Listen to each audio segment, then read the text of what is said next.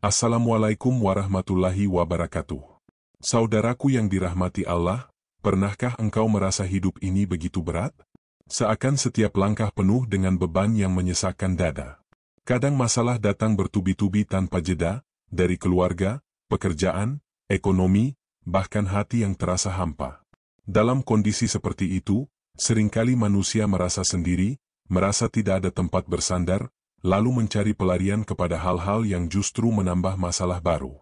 Padahal, ada satu rahasia besar yang sering kita lupakan, yaitu, melibatkan Allah dalam setiap urusan hidup kita. Saudaraku, Allah adalah Rabb yang menciptakan kita, yang mengatur rezeki kita, yang menguasai segala sesuatu, bahkan detak jantung dan tarikan nafas ini pun ada dalam genggamannya.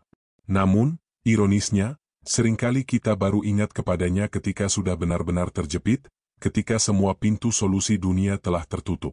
Padahal, kalau sejak awal kita libatkan Allah dalam segala urusan, maka hati akan tenang, dan setiap masalah akan terasa lebih ringan. Rasulullah pernah mengajarkan kepada kita dalam sebuah doa yang penuh makna, "Ya Allah, jangan engkau serahkan urusanku kepada diriku sendiri walau sekejap mata." Doa ini mengajarkan kerendahan hati, bahwa manusia itu lemah, tidak mampu mengurus dirinya sendiri tanpa pertolongan Allah. Seringkali kita merasa sudah pintar, sudah berpengalaman, sudah punya koneksi, lalu kita menyusun rencana dengan penuh percaya diri. Namun ketika hasilnya tidak sesuai harapan, barulah kita sadar bahwa semua urusan sejatinya kembali kepada kehendak Allah. Al-Quran pun telah menegaskan hal ini. Dalam surat Al-Baqarah ayat 286, Allah berfirman, Allah tidak membebani seseorang melainkan sesuai dengan kesanggupannya. Ayat ini bukan sekadar penghiburan, tapi juga sebuah jaminan bahwa setiap masalah yang menimpa kita sebenarnya sudah disesuaikan dengan kekuatan yang Allah titipkan kepada kita. Jika kita merasa tidak sanggup, itu hanya karena kita mengandalkan diri sendiri dan lupa untuk menyerahkan urusan kepada Allah. Bayangkanlah seseorang yang hendak menghadapi ujian besar dalam hidupnya. Jika ia hanya mengandalkan kemampuan akalnya, mungkin ia akan gelisah, cemas, bahkan putus asa. Tetapi ketika ia berkata dalam hatinya, "Ya Allah, aku serahkan urusan ini kepadamu. Aku ikhtiar sebisa yang aku mampu, selebihnya aku tawakal kepada-Mu." Maka hatinya akan diliputi ketenangan, langkahnya terasa lebih ringan, dan apapun hasilnya, ia akan ridha. Inilah kekuatan melibatkan Allah dalam segala urusan. Saudaraku, ketenangan itu bukan berasal dari selesainya masalah, tetapi dari hadirnya Allah di dalam hati. Ada orang yang masalahnya tidak kunjung selesai, tapi ia tetap tenang karena yakin Allah bersamanya. Sebaliknya, ada orang yang hidupnya tampak tanpa masalah, namun hatinya gelisah karena jauh dari Allah. Maka, jangan tunggu sampai masalah menumpuk baru kita mendekat kepadanya. Seharusnya, sejak awal, dalam setiap keputusan kecil sekalipun, kita biasakan untuk menyertakan Allah, dengan berdoa, dengan istikharah, dengan menyebut namanya, dengan yakin bahwa dialah sebaik-baik penolong. Saudaraku yang dirahmati Allah, melibatkan Allah dalam segala urusan bukan berarti kita hanya berdoa lalu duduk diam menunggu keajaiban. Justru, hakikat melibatkan Allah adalah menggabungkan dua hal, ikhtiar maksimal dan tawakal sepenuhnya. Ikhtiar adalah usaha nyata yang kita lakukan sesuai kemampuan, sedangkan tawakal adalah sikap hati yang menyerahkan hasil akhir hanya kepada Allah. Inilah keseimbangan yang diajarkan dalam Islam. Rasulullah bersabda dalam sebuah hadits yang diriwayatkan oleh Imam Ahmad, "Seandainya kalian bertawakal kepada Allah dengan sebenar-benar tawakal, niscaya kalian akan diberi rezeki sebagaimana burung diberi rezeki. Pagi hari ia keluar dalam keadaan lapar, dan sore hari ia kembali dalam keadaan kenyang." Perhatikanlah, burung tetap keluar mencari makan, ia tidak hanya berdiam diri di sarang. Namun, dalam setiap langkahnya, ia yakin rezekinya sudah dijamin oleh Allah. Begitu pula kita, usaha tetap dilakukan, tapi hati tetap bergantung hanya kepada Allah. Mengapa banyak orang merasa gelisah meski sudah berusaha keras? Karena hatinya masih terikat pada hasil. Ia ingin semua berjalan sesuai rencana, sesuai hitungan, sesuai keinginannya. Ketika kenyataan berbeda, ia pun marah, kecewa, bahkan menyalahkan diri sendiri. Padahal, jika sejak awal ia sudah melibatkan Allah, maka apapun hasilnya, ia akan menerimanya dengan lapang dada. Jika sesuai harapan, ia bersyukur. Jika berbeda, ia bersabar, yakin Allah sedang menyiapkan yang lebih baik. Saudaraku, kita sering lupa bahwa Allah lebih tahu apa yang kita butuhkan daripada apa yang kita inginkan. Kadang kita berdoa meminta sesuatu yang kita yakini baik, tapi Allah tidak memberikannya. Kita merasa kecewa, padahal sejatinya Allah sedang melindungi kita dari sesuatu yang berbahaya. Pernahkah engkau mengalami suatu kejadian, ketika engkau gagal mendapatkan apa yang engkau inginkan, namun di kemudian hari engkau baru sadar ternyata kegagalan itu justru menyelamatkanmu? Itulah bukti bahwa melibatkan Allah dalam urusan hidup adalah jalan menuju ketenangan. Allah berfirman dalam surat Al-Baqarah ayat 216, "Boleh jadi kamu membenci sesuatu, padahal ia baik bagimu, dan boleh jadi kamu menyukai sesuatu, padahal ia buruk bagimu. Allah mengetahui, sedangkan kamu tidak mengetahui." Ayat ini menegaskan bahwa pandangan manusia sangat terbatas, sedangkan Allah mengetahui segala rahasia di balik layar kehidupan. Maka, melibatkan Allah berarti meyakini bahwa setiap ketetapannya, baik yang sesuai keinginan kita maupun tidak, pasti mengandung kebaikan. Saudaraku, jika hati kita sudah tertanam keyakinan seperti ini, hidup akan terasa lebih ringan.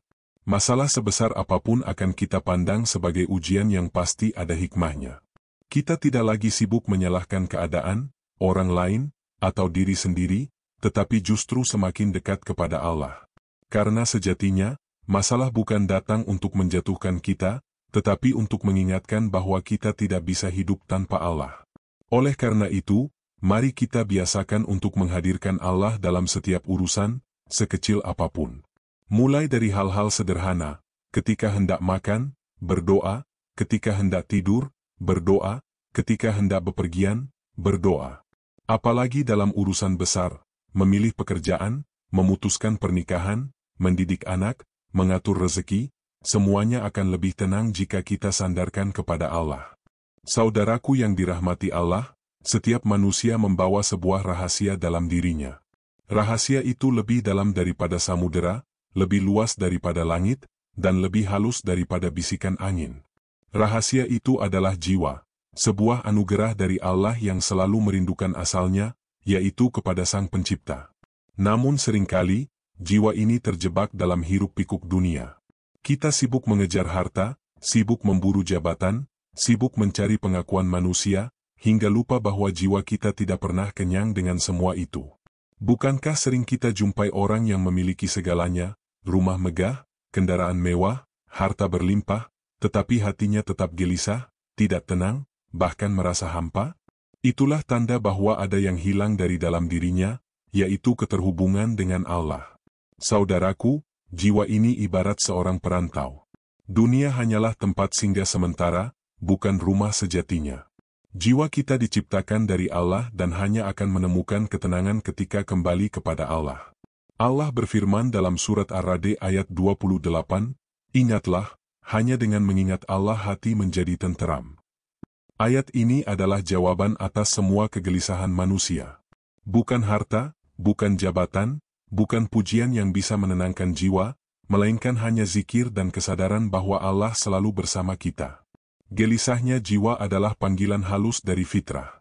Allah menanamkan fitrah dalam diri setiap manusia, sebagaimana firman-Nya dalam surat Ar-Rum ayat 30, "Maka hadapkanlah wajahmu dengan lurus kepada agama Allah. Tetaplah atas fitrah Allah yang telah menciptakan manusia menurut fitrah itu. Tidak ada perubahan pada fitrah Allah." Fitrah itu selalu berbisik kepada kita, mengingatkan kita untuk kembali.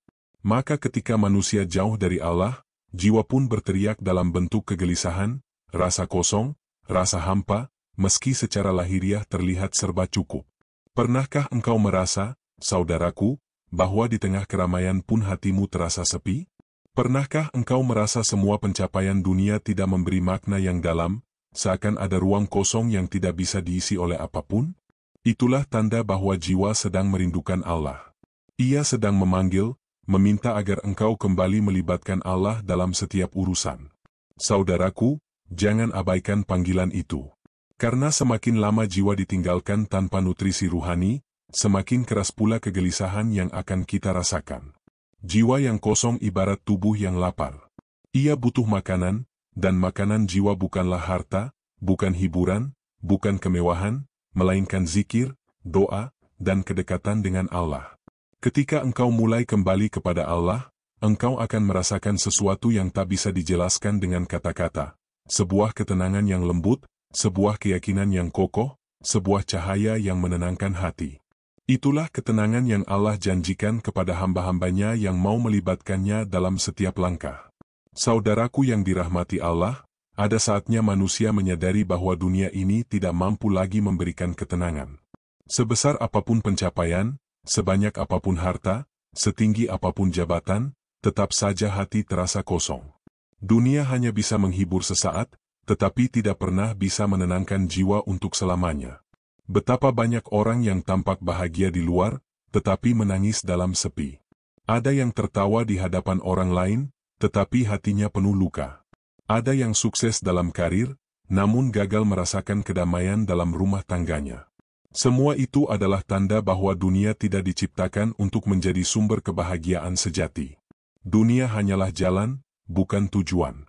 Allah mengingatkan dalam surat Al-Hadid ayat 20, ketahuilah bahwa kehidupan dunia itu hanyalah permainan, hiburan, perhiasan, saling berbangga di antara kamu, dan berlomba dalam kekayaan dan anak keturunan. Ayat ini membuka mata kita bahwa dunia hanyalah persinggahan singkat yang sifatnya menipu.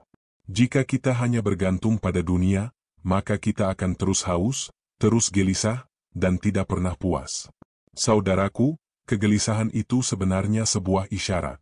Isyarat dari Allah bahwa sudah saatnya kita berhenti menggantungkan hati pada dunia, dan mulai mengikat hati hanya kepadanya.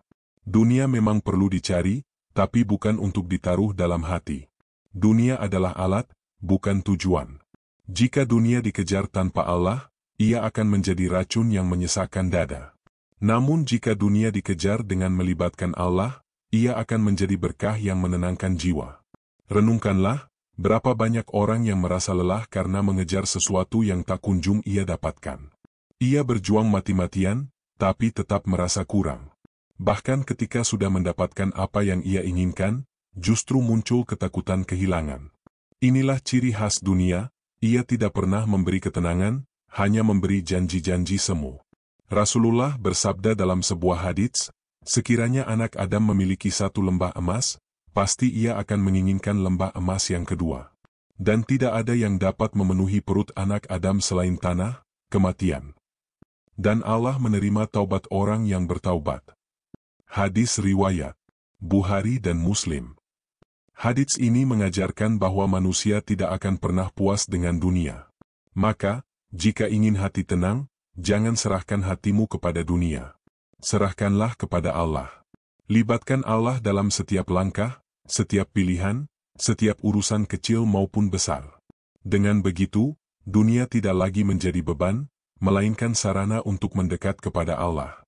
Saudaraku, ketika dunia tak lagi menenangkan, jangan salah arah mencari obat.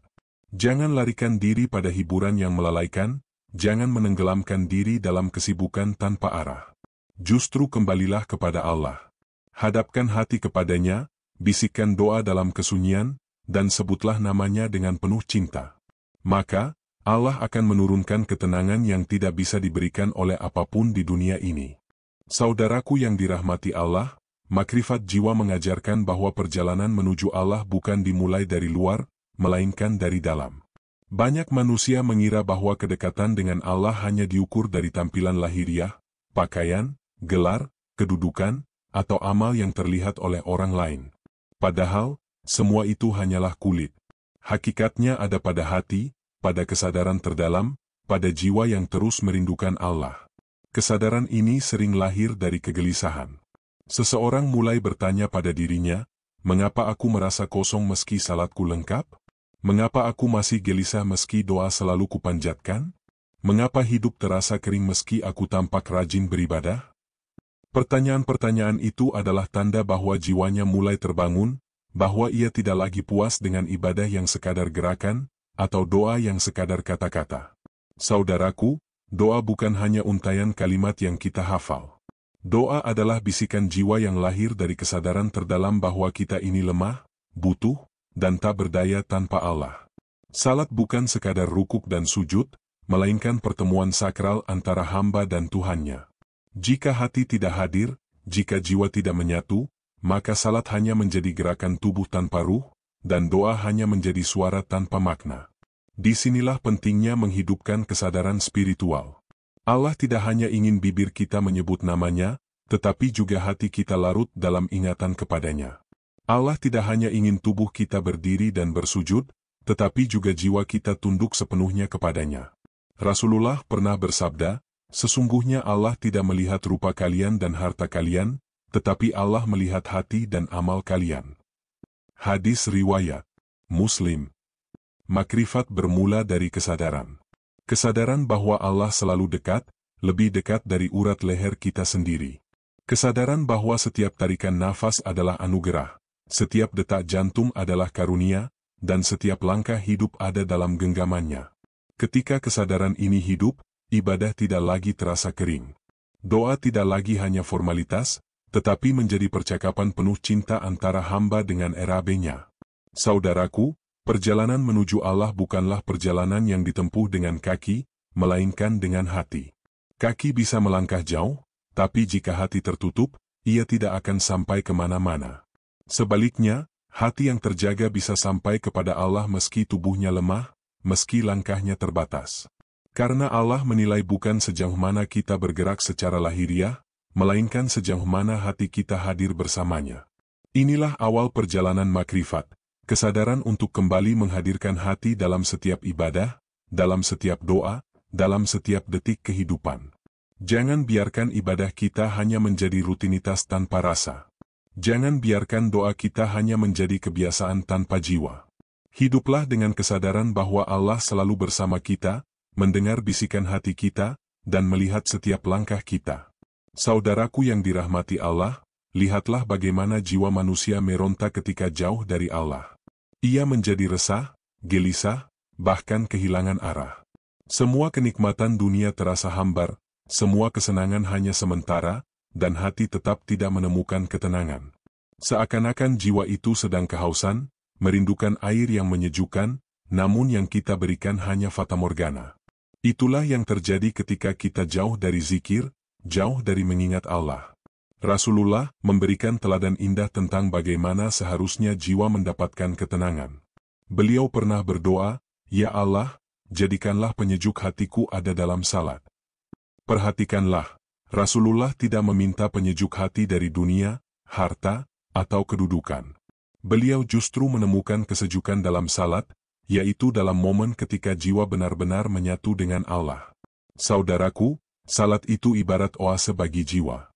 Di dalamnya ada air yang menyejukkan, ada kesejukan yang meredam panasnya kegelisahan dunia. Tetapi, jika salat hanya dilakukan sebagai rutinitas tanpa hati, jiwa tetap akan kering. Karena itu, salat yang benar bukan hanya menggerakkan tubuh, tetapi juga menghidupkan hati. Ketika hati hadir, maka setiap sujud adalah istirahat, setiap doa adalah curahan, dan setiap salam adalah ketenangan. Allah berfirman dalam Al-Quran, "Ingatlah, hanya dengan mengingat Allah hati menjadi tenteram." Ayat ini adalah kunci untuk membuka pintu ketenangan jiwa.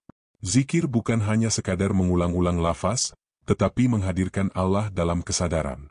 Dengan zikir, hati yang gersang menjadi subur, jiwa yang resah menjadi tenang, dan pikiran yang kusut menjadi jernih. Bayangkanlah jiwa seperti taman. Jika tidak pernah disiram, ia akan layu, gersang, dan mati. Zikir adalah air yang menyiram taman jiwa itu. Semakin sering kita berzikir, semakin segar jiwa kita. Semakin kita jauh dari zikir, semakin keringlah hati kita, dan semakin keraslah kegelisahan yang kita rasakan. Saudaraku, betapa banyak manusia hari ini yang berlari ke segala arah untuk mencari ketenangan. Ada yang mencari pada harta, ada yang mencari pada jabatan, ada yang mencari pada hiburan. Namun, semua itu hanya menambah haus, tidak menghilangkan dahaga. Jiwa tidak bisa disiram dengan dunia. Jiwa hanya bisa disiram dengan kedekatan kepada Allah. Ingatlah sabda Rasulullah, perumpamaan orang yang berzikir kepada Allah dan orang yang tidak berzikir, seperti orang yang hidup dan orang yang mati. Hati yang jauh dari zikir ibarat mayat hidup, berjalan, bekerja, tersenyum, tetapi mati di dalam. Sebaliknya, hati yang berzikir adalah hati yang hidup, yang setiap detiknya merasakan ketenangan karena selalu bersama Allah. Maka, jika engkau resah karena dunia, jangan buru-buru mencari pelarian di luar. Carilah ketenangan dengan kembali menghidupkan zikir. Mulailah dari yang sederhana, istighfar, tasbih, tahmid, tahlil.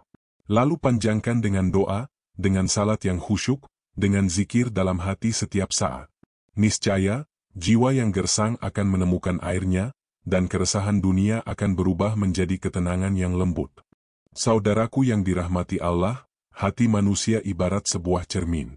Ia mampu memantulkan cahaya kebenaran, menangkap sinar makrifat, dan merefleksikan keindahan Allah di dalam jiwa.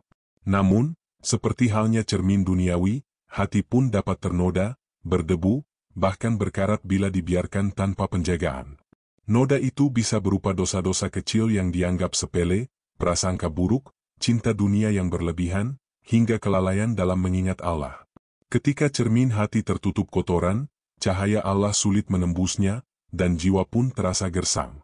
Rasulullah bersabda, sesungguhnya bila seorang hamba melakukan dosa, maka ada satu titik hitam di dalam hatinya. Bila ia bertaubat, meninggalkan dosa itu, dan memohon ampun, maka hatinya akan kembali bersih. Namun bila ia terus mengulangi dosanya, maka titik hitam itu bertambah hingga menutupi seluruh hatinya. Hadis ini mengingatkan kita bahwa setiap dosa, sekecil apapun, memiliki dampak pada hati. Ia bukan hanya sekadar catatan di buku amal, melainkan noda yang menghalangi cahaya ilahi masuk ke dalam jiwa. Itulah mengapa sebagian orang merasa hidupnya hampa, meski ia dikelilingi harta, kedudukan, dan kemewahan. Hatinya tertutup kabut gelap yang menahan cahaya ketenangan dari Allah. Saudaraku, menjernihkan cermin hati adalah kunci perjalanan makrifat. Ia tidak bisa dilakukan dengan sekadar pengetahuan atau bacaan, melainkan dengan amal dan mujahadah, perjuangan melawan diri sendiri. Pertama, dengan taubat nasuha. Taubat yang bukan hanya di bibir, melainkan benar-benar menyesali dosa, meninggalkannya, dan berjanji tidak mengulanginya. Taubat adalah air jernih yang pertama kali membasuh noda hati. Tanpa taubat, hati akan terus keruh dan sulit memantulkan cahaya Allah. Kedua, dengan zikir. Zikir adalah sapuan lembut yang terus-menerus menggilap cermin hati.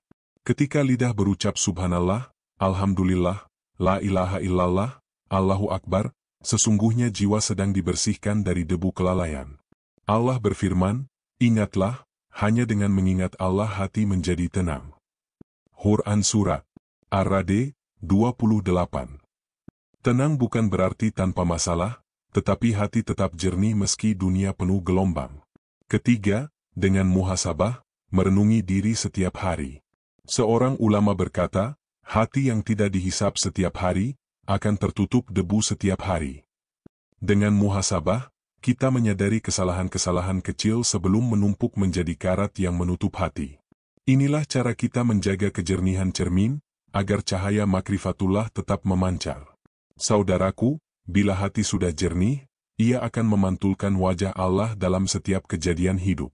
Setiap kesedihan tampak sebagai rahmat tersembunyi, setiap ujian menjadi jalan pulang kepadanya, dan setiap nikmat menjadi tanda cintanya. Hati yang jernih tidak lagi terikat pada bayangan dunia, melainkan menangkap cahaya hakikat. Hati semacam inilah yang dimaksud Rasulullah dalam doa beliau, Ya Allah, anugerahkanlah aku hati yang bersih, yang terbebas dari kemunafikan, syirik, dan dosa. Maka marilah kita berjuang menjernihkan hati ini. Karena hanya hati yang bersih yang mampu melihat Allah dengan mata batin. Seperti sabda Nabi, bertakwalah kepada firasat seorang mukmin, karena ia melihat dengan cahaya Allah. Hati yang jernih adalah hati yang berfirasat dengan cahaya Allah, bukan lagi sekadar dengan logika dunia. Saudaraku yang dirahmati Allah, setelah kita memahami bahwa hati adalah cermin yang perlu dijaga kejernihannya, maka pertanyaan berikutnya adalah, bagaimana kita tahu bahwa hati kita mulai bersih? Seperti halnya cermin yang telah disapu dari debu, hati yang jernih akan menampakkan tanda-tanda tertentu yang bisa dirasakan oleh jiwa dan terlihat dalam perilaku sehari-hari. Tanda pertama dari hati yang bersih adalah tenangnya jiwa dalam mengingat Allah. Sebagaimana firman Allah dalam Al-Quran, ingatlah, hanya dengan mengingat Allah hati menjadi tenang. Quran Surat Ar-Ra'd 28. Hati yang bersih tidak lagi resah ketika dunia mengguncang, karena ia selalu menemukan tempat bersandar. Orang yang hatinya bersih tidak berarti hidupnya tanpa ujian, tetapi ia menghadapi segala sesuatu dengan ketenangan dan tawakal yang luar biasa. Tanda kedua, hati yang bersih adalah hati yang mudah tersentuh oleh ayat-ayat Allah. Ketika membaca Al-Quran atau mendengar lantunan ayatnya, mata menjadi basah, dada terasa lapang, dan jiwa seakan disentuh cahaya. Allah menggambarkan orang beriman dengan kalimat, sesungguhnya orang-orang beriman adalah mereka yang apabila disebut nama Allah bergetarlah hati mereka, dan apabila dibacakan ayat-ayatnya bertambahlah iman mereka. Getaran itu bukan sekadar emosi sesaat, melainkan tanda bahwa cahaya Allah telah menemukan jalan ke dalam hati. Tanda ketiga, hati yang bersih membuat seseorang ringan dalam berbuat kebaikan. Ia tidak merasa berat untuk menolong, bersedekah, memberi maaf, atau menahan amarah. Semua itu dilakukan tanpa pamrih, karena dorongan cinta kepada Allah. Rasulullah bersabda, tidaklah seseorang memiliki hati yang lurus kecuali lisannya pun akan lurus. Maka orang yang hatinya bersih, lisannya pun bersih, tindakannya penuh kebaikan, dan hidupnya membawa manfaat bagi sekitarnya. Tanda keempat adalah hilangnya kesombongan dan iri hati. Hati yang kotor mudah dipenuhi dengki, merasa lebih baik dari orang lain, atau iri terhadap rezeki orang lain. Namun hati yang bersih sebaliknya, ia rendah hati, tawadhu, dan selalu bersyukur atas bagian yang Allah titipkan. Ia melihat kebaikan orang lain sebagai pelajaran, bukan ancaman. Ia merasa tenang dengan rezeki yang Allah berikan, karena yakin bahwa setiap orang sudah memiliki bagian masing-masing. Saudaraku, hati yang bersih juga ditandai dengan kemampuan melihat kebenaran sebagai kebenaran dan kebatilan sebagai kebatilan. Rasulullah bersabda, mintalah fatwa pada hatimu. Kebaikan adalah sesuatu yang menenangkan jiwa dan hati, sedangkan dosa adalah sesuatu yang menggelisahkan. Har Ahmad. Bila hati sudah bersih, ia menjadi kompas yang lurus.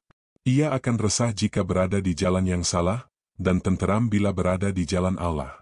Dan tanda terakhir, hati yang bersih adalah hati yang merasa dekat dengan Allah kapanpun dan dimanapun. Tidak ada jarak antara hamba dengan Rabb-Nya. Dalam kesunyian, ia merasakan Allah mendengar bisikan hatinya. Dalam keramaian, ia tetap merasa bersama Allah. Itulah yang disebut para ulama sebagai ihsan, beribadah seolah-olah melihat Allah, dan bila tidak mampu melihatnya, yakinlah bahwa Allah melihat kita. Saudaraku, jika tanda-tanda ini mulai kita rasakan, maka bersyukurlah, karena itu artinya hati kita sedang dijernihkan oleh Allah. Namun jangan berhenti di situ. Hati yang bersih pun bisa kembali keruh bila tidak dijaga. Maka teruslah perbanyak taubat, zikir, dan amal syalih, agar cahaya makrifat tetap menyinari perjalanan jiwa kita. Saudaraku yang dirahmati Allah, setelah hati mulai bersih dan tanda-tanda ketenangan jiwa tampak, maka tibalah satu fase yang lebih dalam, hati yang jernih akan mulai menerima cahaya makrifat. Cahaya ini bukanlah cahaya yang bisa ditangkap oleh mata, melainkan cahaya yang menembus batin, menyinari kegelapan hati, dan menuntun jiwa menuju Allah. Allah berfirman dalam Al-Quran, Allah adalah cahaya langit dan bumi. Perumpamaan cahayanya adalah seperti sebuah lubang yang tak tembus, di dalamnya ada pelita besar. Pelita itu dalam kaca, dan kaca itu seakan-akan bintang yang bercahaya laksana mutiara. Ayat ini menjelaskan bahwa hati seorang mukmin yang bersih ibarat kaca bening, tempat cahaya Allah memantul dan bersinar, sehingga mampu menuntunnya ke jalan kebenaran. Saudaraku, cahaya makrifat ini bukanlah sekadar pengetahuan intelektual. Banyak orang pandai berbicara tentang agama, tetapi tidak semua merasakan cahaya Allah di dalam hati. Cahaya makrifat hadir sebagai anugerah bagi hati yang tulus mencari, hati yang rela meninggalkan kesombongan, dan hati yang mau tunduk kepada Allah. Itulah sebabnya Rasulullah bersabda, apabila Allah menghendaki kebaikan bagi seorang hamba, maka Dia akan menjadikannya faqih dalam agama. Faqih di sini bukan hanya paham hukum syariat, tetapi juga mengerti rahasia di balik ibadah, makna cinta, keikhlasan, dan ketundukan. Ketika cahaya makrifat masuk ke dalam hati, seseorang akan mulai melihat kehidupan dengan cara yang berbeda. Dunia tidak lagi tampak sebagai tujuan, melainkan sebagai jalan. Nikmat tidak lagi menipu, karena ia sadar semua hanya titipan. Ujian tidak lagi menghancurkan, karena ia tahu semua adalah tanda cinta Allah. Bahkan setiap detik kehidupan, sekecil apapun, menjadi sarana untuk lebih dekat kepada Sang Pencipta. Cahaya makrifat juga membuat seorang hamba peka terhadap tanda-tanda kebesaran Allah. Ia melihat gunung, laut, pohon, bahkan hembusan angin, sebagai ayat-ayat yang berbicara tentang kebesaran Allah. Pandangannya tidak lagi dangkal, karena mata hatinya terbuka. Inilah yang dimaksud oleh para ulama, orang arif melihat Allah dalam segala sesuatu. Namun, saudaraku, perlu kita pahami, cahaya makrifat bukanlah akhir perjalanan. Ia hanyalah pelita yang menuntun kita agar tidak tersesat di jalan yang panjang ini. Cahaya itu mengarahkan kita untuk terus melangkah, memperbanyak amal syalih, memperkuat zikir, memperdalam cinta, dan meneguhkan keyakinan. Tanpa amal nyata, cahaya makrifat akan redup. Tanpa kerendahan hati, cahaya itu bisa padam. Cahaya makrifat juga menuntun kita agar tidak terjebak dalam kesombongan spiritual. Ada orang yang merasa sudah dekat dengan Allah, lalu meremehkan orang lain. Padahal cahaya sejati justru membuat seorang hamba semakin rendah hati, semakin lembut, dan semakin merasa hina di hadapan Rabb-Nya. Semakin ia mengenal Allah, semakin ia sadar betapa kecil dirinya. Saudaraku, ketika cahaya makrifat mulai menuntun jalan, maka hidup ini tidak lagi terasa gelap. Meski dunia penuh fitnah, hati tetap mendapat arah. Meski manusia saling menipu, jiwa tetap mendapat pegangan. Cahaya itu ibarat kompas yang menuntun kita menuju pulang, kepada Allah, tempat asal segala jiwa. Maka marilah kita jaga hati agar tetap bersih, karena dari situlah cahaya makrifat memancar. Bila cahaya itu telah hadir, ikutilah bimbingannya dengan tawadhu, agar langkah kita benar-benar sampai ke tujuan, bertemu Allah dengan hati yang tenang. Saudaraku yang dirahmati Allah, perjalanan makrifat membawa kita pada sebuah titik yang sangat penting, perjumpaan dengan diri sejati. Selama ini, banyak manusia hidup dengan identitas semu. Kita melekat pada nama, jabatan, harta, bahkan pada pujian dan penilaian orang lain. Padahal semua itu hanyalah lapisan luar, bagaikan pakaian yang bisa dikenakan dan dilepaskan. Diri sejati bukanlah tubuh, bukan pula status, melainkan jiwa yang Allah ciptakan untuk mengenalnya. Allah berfirman, dan, ingatlah, ketika Tuhanmu berfirman kepada para malaikat, sesungguhnya aku akan menciptakan seorang khalifah di muka bumi. Ayat ini mengingatkan kita bahwa manusia memiliki misi ilahiyah, menjadi khalifah, wakil Allah di bumi. Perjumpaan dengan diri sejati berarti menemukan kembali misi suci itu, bahwa kita bukan sekadar pengembara dunia, melainkan hamba yang dipilih untuk mendekat kepadanya. Saudaraku, diri sejati itu sering tertutup oleh tirai hawa nafsu dan kelalaian. Nafsu membuat kita lupa bahwa kita hanyalah makhluk yang lemah. Ego membuat kita merasa besar, padahal kita dicipta dari tanah yang hina. Tetapi ketika cahaya makrifat masuk, tirai itu perlahan-lahan tersingkap. Kita mulai melihat diri bukan sebagai pemilik, melainkan sebagai amanah. Kita mulai sadar bahwa segala sesuatu bukan tentang aku, melainkan tentang Allah. Perjumpaan dengan diri sejati juga berarti menyadari fitrah yang paling dalam, bahwa jiwa kita diciptakan untuk mengenal dan menyembah Allah. Rasulullah bersabda, setiap anak dilahirkan dalam keadaan fitrah, maka kedua orang tuanya lah yang menjadikannya Yahudi, Nasrani, atau Majusi. Bukhari dan Muslim. Fitrah itu adalah kesucian jiwa yang mengenal Rabb-Nya. Maka semakin kita kembali kepada diri sejati, semakin dekat pula kita pada fitrah itu, jiwa yang bersih, lembut, dan penuh kerinduan kepada Allah. Saudaraku, tanda seseorang mulai bertemu dengan diri sejatinya adalah ia hidup dengan kesadaran yang dalam. Ia tidak lagi berjalan tanpa arah. Ia tahu tujuan hidupnya, ia tahu mengapa ia diciptakan, dan ia tahu kemana ia akan kembali. Kata-katanya terjaga, tindakannya penuh pertimbangan, dan hatinya selalu merujuk pada Allah sebelum mengambil keputusan. Ia tidak lagi diperbudak oleh dunia, karena ia sudah menemukan kemerdekaan sejati, menjadi hamba Allah. Perjumpaan dengan diri sejati bukan berarti kita menjadi makhluk tanpa kelemahan. Justru sebaliknya, kita semakin sadar betapa lemahnya kita. Namun kesadaran itu tidak membuat kita putus asa, melainkan membawa kita kepada sikap tawakal dan taubat. Kita belajar menerima diri dengan segala keterbatasan, lalu menyerahkan segalanya kepada Allah yang Maha Sempurna. Saudaraku, perjumpaan dengan diri sejati pada akhirnya akan membawa kita pada kedamaian yang dalam. Kita tidak lagi sibuk mencari pengakuan manusia, karena hati kita sudah merasa cukup dengan pandangan Allah. Kita tidak lagi merasa kosong, karena telah kembali kepada fitrah asal. Inilah kebahagiaan yang hakiki, yang tidak bisa dibeli dengan harta atau digantikan oleh pujian dunia. Maka, teruslah bersihkan hati, perbanyak zikir, dan renungi hakikat hidup. Sebab semakin jernih hati, semakin dekat kita dengan diri sejati yang sesungguhnya, jiwa yang Allah ciptakan untuk mengenalnya, mencintainya, dan akhirnya kembali kepadanya dalam keadaan ridha dan diridhai.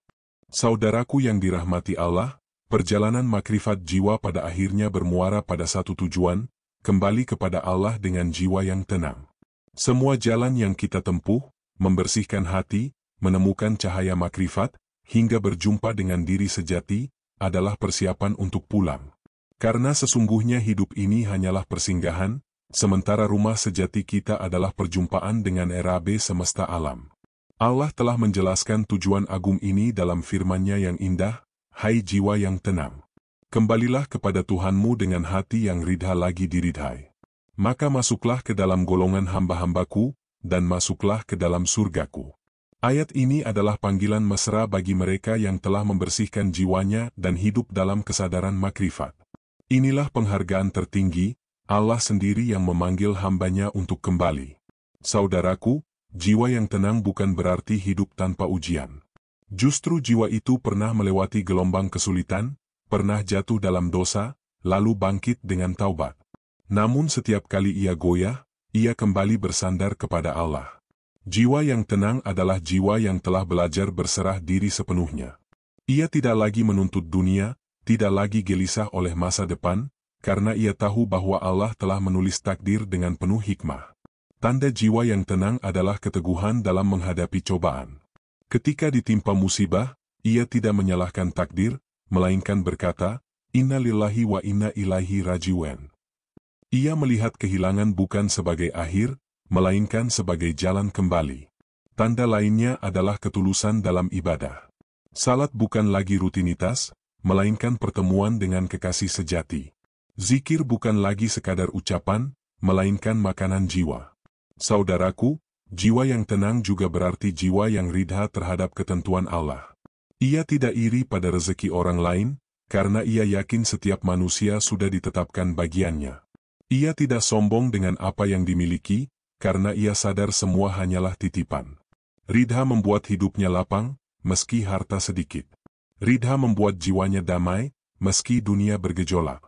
Perjalanan makrifat sejatinya adalah perjalanan pulang. Kita lahir dari Allah, membawa fitrah suci, lalu menjalani kehidupan dunia dengan segala ujian, hingga akhirnya dipanggil untuk kembali. Yang membedakan adalah, apakah kita kembali dengan hati yang bersih, atau dengan hati yang kotor? Apakah kita kembali dengan jiwa yang tenang, atau dengan jiwa yang gelisah? Maka saudaraku, marilah kita persiapkan diri sejak sekarang. Jangan biarkan hati dipenuhi debu dunia. Jangan biarkan jiwa hanyut dalam kesibukan tanpa arah. Jagalah zikir, bersihkan hati, dan dekatkan diri kepada Allah. Sebab hanya itulah bekal yang bisa membuat kita kembali dengan mulia. Pada akhirnya, makrifat jiwa bukan sekadar pengetahuan. Ia adalah perjalanan batin menuju Allah. Dan puncaknya adalah ketika jiwa mendengar panggilan mesra itu, "Wahai jiwa yang tenang, kembalilah kepada Tuhanmu." Itulah saat di mana perjalanan ini selesai, dan jiwa merasakan kebahagiaan yang tiada tandingannya, bertemu Allah, yang selama ini selalu dicari, dicintai, dan dirindukan.